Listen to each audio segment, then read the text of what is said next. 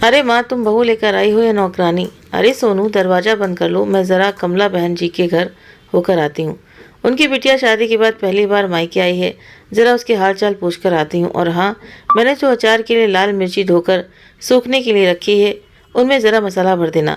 2 दिन बाद रागनी आने वाली है, उसे मिर्ची का अचार बहुत पसंद है, अपने साथ ले जाएगी। सोनू की सासू माँ उसे आवाज़ लगाकर बोली। जी माँ जी कहकर उसने दरवाज़ा बंद कर लिया। आज सुबह से ही सोनू के सिर में दर्द हो रहा था। सोच रही थी कि सारा काम करके थोड़ी देर आराम कर लूँगी, पर जब अगर लेट गई तो नींद आ जाएगी और फिर अचार रह जाएगा। ये सोचकर मिर्ची लेकर बैठ गई। सोनू की शादी को भी साल भर हुआ था।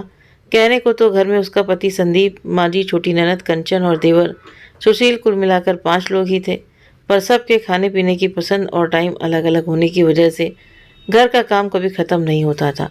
सोनू अचार का काम ख़त्म करके हाथ धो ही रही थी कि तभी कंचन कॉलेज से आके उसे देखकर बोली, भाभी खाने में क्या बना है?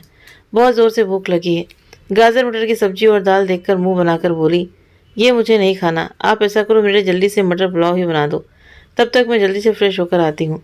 उसे पुलाव और रायता देकर आई, तब तक माँ जी आकर बोली, सोनू अभी तक तुमने छत से कपड़े नहीं उतारे, धूप में कपड़ों का सारा रंग उड़ जाएगा, जल्दी से उतार कर लाओ, सबके कपड़े तय करके रखो।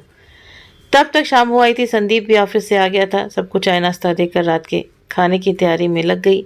सारे काम से फ्री होकर जब अपने कमरे में आई तो संदीप ने कहा, क्या हुआ, ये मुंह क्यों लटका रखा है? कुछ नहीं, आज सुबह से सिर में थोड़ा दर्द हो रहा है, आराम भी नहीं कर पाई, बिल्कुल टाइम ही नहीं मिला। सोनू बेड पर बैठते हुए बोली, अरे यार, दिन भर करती ही क्या हो जो तुम्हें टाइम ही नहीं मिला?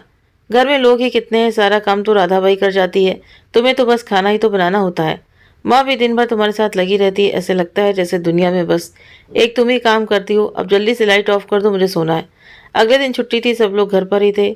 उसने सबके लिए नाश्ता बनाया और अपना नाश्ता लेकर बैठी ही थी कि तभी संदीप उसके पास आकर बोला कि तुम्हारा नाश्ता हो गया हो तो जल्दी से तैयार हो जाओ, मार्केट चलते हैं।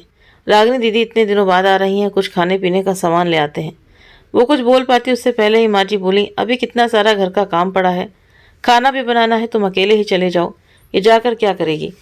फिर को सोच कर बोली, अच्छा ठीक है, दाल सब्जी बना जाओ, फुल्की राधा बना देगी। रागिनी दीदी उसकी शादी के बाद पहली बार आ रही थी। सबके साथ साथ सोनू भी रागिनी के आने का इंतजार कर रही थी। रागिनी दीदी अभी आने ही वाली थी। संदीप उसे लेने के लिए स्टेशन गया हुआ था। सोनू अभी नहाकर अपने कमरे में आई ही थी कि तभी बाहर से आते शोर को सुनकर समझ गई कि दीदी आ गई हैं। तभी सोनू बाहर आई। उसे देखकर रागिनी बोली, अरे सोनू, तुम्हें क्या हो गया है? शादी के वक्त कितनी रौनक थी तुम्हारे चेहरे पर, आप कितनी कमज़ोर लग रही हो। लगता है माँ, आप बिल्कुल ध्यान नहीं रखती हो मेरी भाभी का। अरे तुझे अपनी माँ का तकलीफ नहीं दिखाई दे रही? देख तो ज़रा, मेरे पैरों में कितनी सूजन आ गई है। आते ही तुझे इसका चेहरा दिखाई दे गया। इसे क्या हुआ है? अच्छी भली तो है, मैंने तो सारा घर इसे ही सौंप दिया है। अब क्या मैं खाने की प्लेट लेकर इसके पीछे पीछे घूमूंगी? माँ जी को अपने ऊपर आरोप बर्दाश्त नहीं हुआ। हंसती खिलखिलाती रागिनी दीदी के आने से घर का माहौल ही बदल गया था। चेहरे पर मुस्कान और भाग भाग कर सबकी फरमाइश पूरी करते सोनू को देख रागिनी को अपनी शादी के शुरुआती दिन याद आ गए। वो भी ऐसे ही सबके आगे पीछे घूमती रहती थी। हम सब बैठे यहाँ गप्पे मार रहे हैं और सोनू कब से किचन में अकेली लगी हुई है, मैं जाकर उसकी कुछ मदद कर देती हूँ, कहकर जैसे ही रागिनी उठने को हुई, माँ ने उसे हाथ पकड़कर बैठा दिया। अरे थोड़ी देर अपनी माँ के पास भी बैठ जाया कर, अपने ससुराल में तो काम करती ही है, कितने दिन बाद आई है, अब तो थोड़ा आराम कर ले।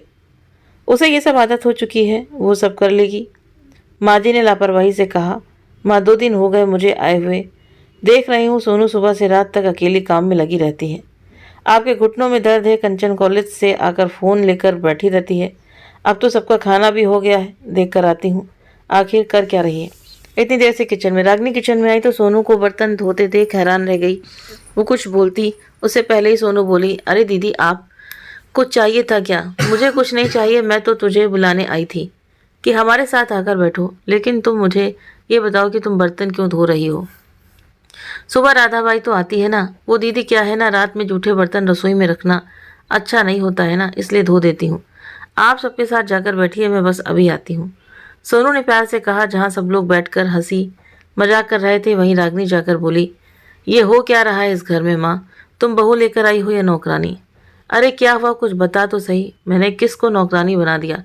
माँ, जितने लोग हैं उतनी तरह का तुम्हारे घर में नाश्ता और खाना बनता है, ढेरों बर्तन गंदे होते हैं, खाने का काम ही क्या कम था?